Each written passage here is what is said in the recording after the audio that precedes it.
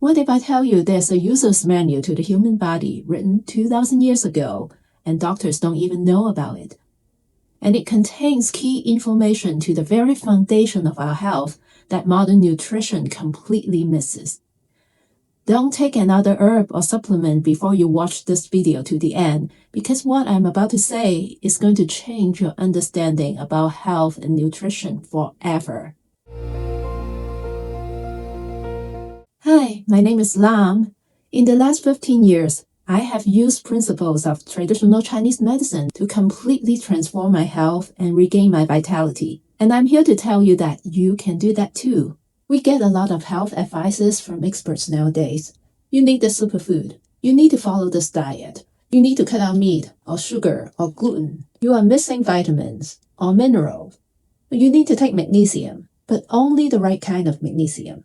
So you follow all these advices, chuck your green juices, and buy the expensive supplements, and yet you still feel off. Low energy, bloating, inflammation, trouble sleeping, tense and irritable for no clear reason.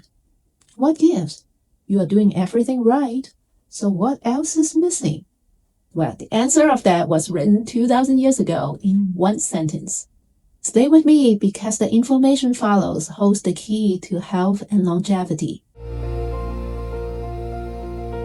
More than 2,000 years ago, during the Warring States period in China, an ancient medical text called Huangdi Neijing, or the Yellow Emperor's Internal Classic, was written. This monumental book is the user's manual to the human body, and inside this book, it summarizes health in one sentence. When yin is balanced and yang is secure, the spirit is at peace. When yin and yang separate, life ends. Now this is not poetry, and it's not mysticism. It is physiology. The key to our health is yin-yang balance. And let's explain it in modern English. When most people hear the term yin-yang, they may think about female, male, darkness, light, passive, active. Now, these are not wrong, but that's not what we are talking about in Chinese medicine. In traditional Chinese medicine, yin-yang have very specific meanings. Let's put it simply. Yin is liquid, yang is heat. Now, repeat after me.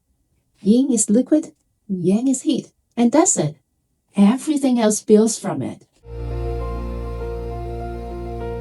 If you think of your body like a pot of soup, you can put in the best ingredients, organic vegetables, grass-fed meat, herbs, spices. But if you don't put any liquid in it, the soup burns. And if you don't put any heat under it, nothing gets cooked. The ingredients just sit there and eventually spoil. That's how yin-yang work together. They have to go hand in hand. You need enough liquid to contain the heat. We call it yin anchors yang. And we need enough heat to circulate the liquid. And we call it yang mobilizing yin. That's what's wrong with so many health-conscious people nowadays. We focus on ingredients for the soup, but we forget to check the foundations. The best meat and vegetables in the world cannot make a good soup if there is no liquid or heat. Just like no superfood or supplement can make us healthy if we don't have the yin and yang to transform them into something the body can use. And if the body can't use them, all that good nutrients we pay big money for would either pass right through us down the toilet, or worse, they can get stuck in our body and turn into toxins and inflammation. I see this all the time. I have a client who followed his doctor's advice and turned vegan, but he still has high triglycerides level and a stubborn fatty tumor that won't go away. I have a friend who grows her own organic vegetables, but she has a fibroid. And I have another client who eats very clean and takes her supplements faithfully, but she still struggles with acid reflux. It's not because they are doing anything wrong. It's just because their soup is not cooking properly. Maybe not enough heat, maybe not enough liquid, or both. Here's where modern health gets confused. We keep adding more things instead of checking the foundation. So before you take your next supplement, take a step back and ask yourself, do I have the heat to transform this? Do I have enough liquid to support this? If the answer is no, Nothing else matters. Now, how do you tell if you're low on heat or liquid? Well, that's an important question, and it's easy to figure out.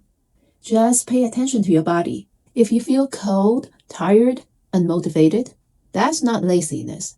Natural health people may tell you it's adrenal fatigue, but that's simply yang deficiency. You need more heat. If you feel dry lips, dry skin, dry throat, dry eyes, or emotionally tense, irritable, anxious, easily angered, that's yin deficiency.